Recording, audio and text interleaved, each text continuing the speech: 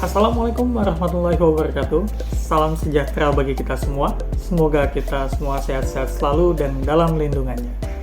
Bapak, Ibu, dan rekan-rekan yang kami hormati dan banggakan, perkenalkan, kami dari kelompok 12, tugas mata kuliah kepemimpinan. Kami mahasiswa Pasca Sarjana Institut Setiami.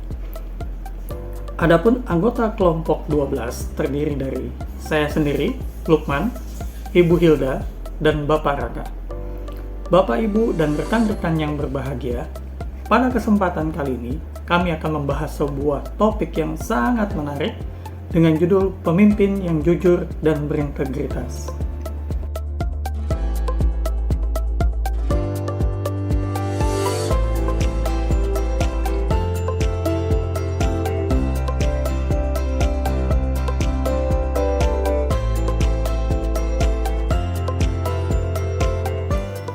Taksonomi Bloom adalah salah satu model yang dapat mengidentifikasi keterampilan berpikir mulai dari jenjang yang rendah hingga jenjang yang tinggi. Taksonomi Bloom pertama kali diterbitkan pada tahun 1956 oleh seorang psikolog pendidikan yaitu Benjamin Bloom. Kemudian pada tahun 2021 direvisi oleh Cardwell dan para ahli aliran kognitivisme. Ada 6 jenjang terkait dalam taksonomi Bloom.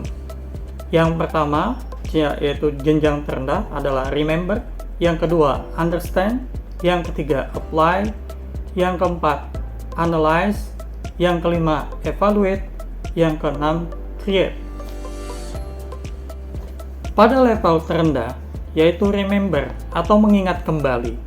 Pada level ini, yang dimaksud dengan mengingat kembali adalah kemampuan mengingat materi yang telah dipelajari. Pada level berikutnya, yaitu memahami atau understand. Pada level ini, pemahaman diartikan sebagai kemampuan memahami materi tertentu. Yang berikutnya adalah level mengaplikasikan atau apply. Pada level ini, aplikasi dimaksudkan sebagai kemampuan untuk menerapkan informasi dalam situasi nyata.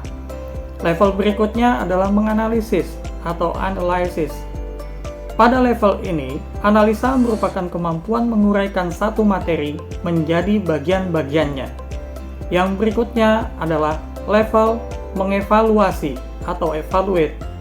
Pada level ini, evaluasi diartikan sebagai kemampuan menilai manfaat suatu benda atau hal untuk tujuan tertentu berdasarkan kriteria yang jelas. Dan yang terakhir adalah level mengkreasi atau create.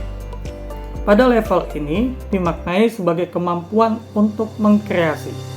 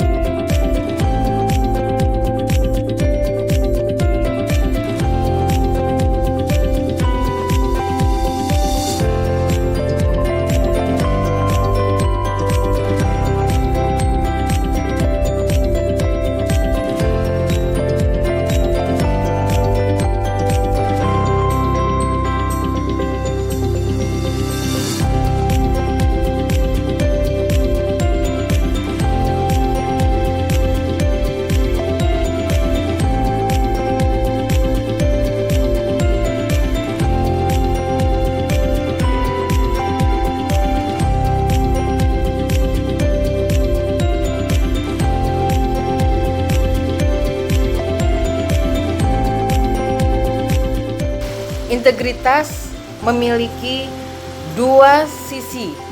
Pertama, terkait dengan moralitas, yakni kemuliaan, karakter, dan akhlak yang mulia.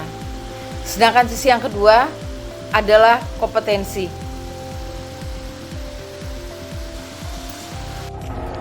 Om Swastiastu, Namo Buddhaya, salam kebajikan, Shalom.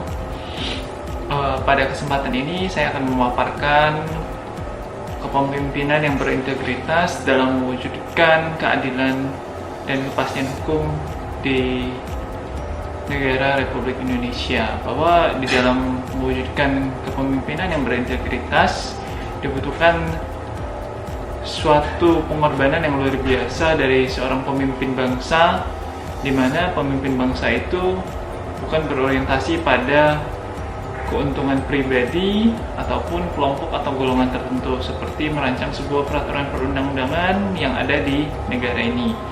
Karena apabila suatu undang-undang dibuat untuk kepentingan pribadi suatu kelompok yang menguntungkan kepentingan kelompok tersebut, itu akan merugikan bangsa dan negara ini. Bahwa di dalam memimpin bangsa ini, kepentingan yang harus paling diutamakan adalah kepentingan publik atau kepentingan umum, di mana segala kepentingan individual, kepentingan kelompok ataupun golongan harus dikesampingkan.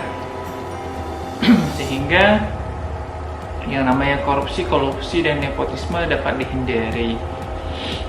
Di dalam berbangsa dan bernegara ini, kita perlu sekali mewujudkan yang namanya kepastian hukum. Kepastian hukum itu di mana pemimpin yang berintegritas dapat menempatkan posisi hukum itu di atas kekuasaan.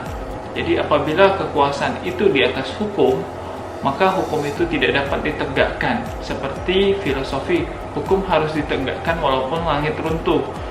Ini sangat jelas sekali bahwa apabila hukum ditempatkan di posisi teratas dari segala kekuasaan, maka keadilan sosial yang seperti tercantum di dalam Pancasila, yaitu keadilan sosial bagi seluruh rakyat Indonesia, dapat diwujudkan dengan baik.